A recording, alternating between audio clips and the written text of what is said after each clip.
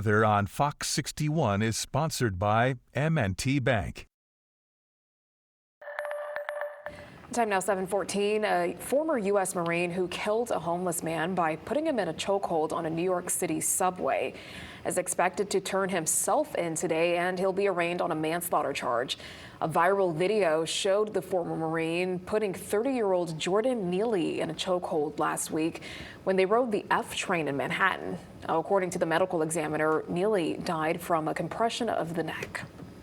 I want to be very clear.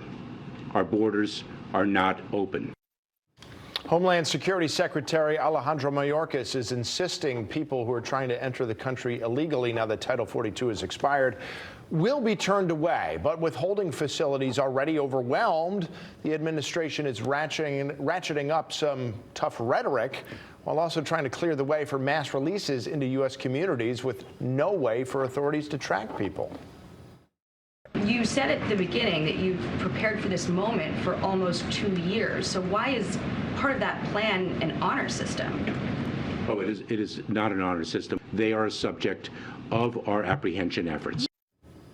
Well, meanwhile, the administration was dealt a setback, possibly a serious legal one, when a federal judge temporarily blocked its attempt to release migrants more quickly when Border Patrol holding stations are full. Well, the debt ceiling meeting between President Biden and top congressional leaders has been postponed until next week. Yeah, Republicans and Democrats are struggling to strike an agreement before a June 1st deadline. Madeline Rivera reports on the negotiations from Washington. There will be no repeat of this gathering over the debt ceiling this week. After initially agreeing to huddle again on Friday, President Biden and top lawmakers will now reconvene next week, hoping that pushing back the meeting could bring them closer to a deal. It's not a delay. I don't think there's enough progress for the leaders to get back together.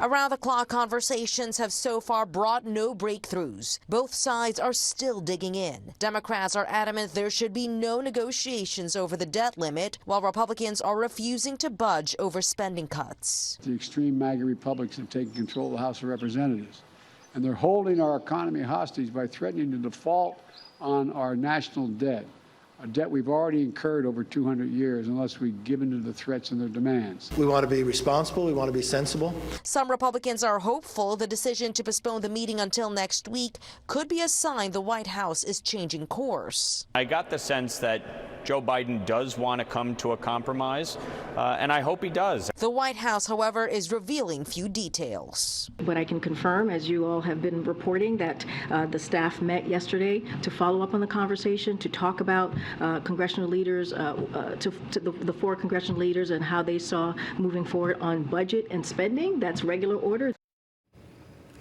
Well, that was Madeline Rivera reporting. Officials say the White House is opposed to making any cuts to the Inflation Reduction Act, but would consider rolling back COVID funds.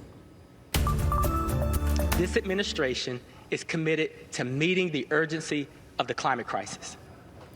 Now, the White House is picking a new fight with the energy industry, finalizing a new rule that could force some coal and gas power plants out of business. Well, for the first time, the Environmental Protection Agency said it will limit carbon emissions from existing coal and gas plants, forcing them to cut their greenhouse gas output by as much as 90% or face closure.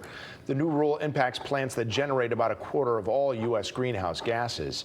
It follows an EPA proposal to make 2/3 of passenger vehicles electric or zero carbon by 2032, part of a broader push to promote the administration's green agenda. It takes into account, all of the energy requirements and needs of this country in a way that doesn't compromise reliability, but the impacts to costs are also extremely negligible. West Virginia Senator Joe Manchin said the administration is trying to, quote, regulate coal and gas-fueled power plants out of existence.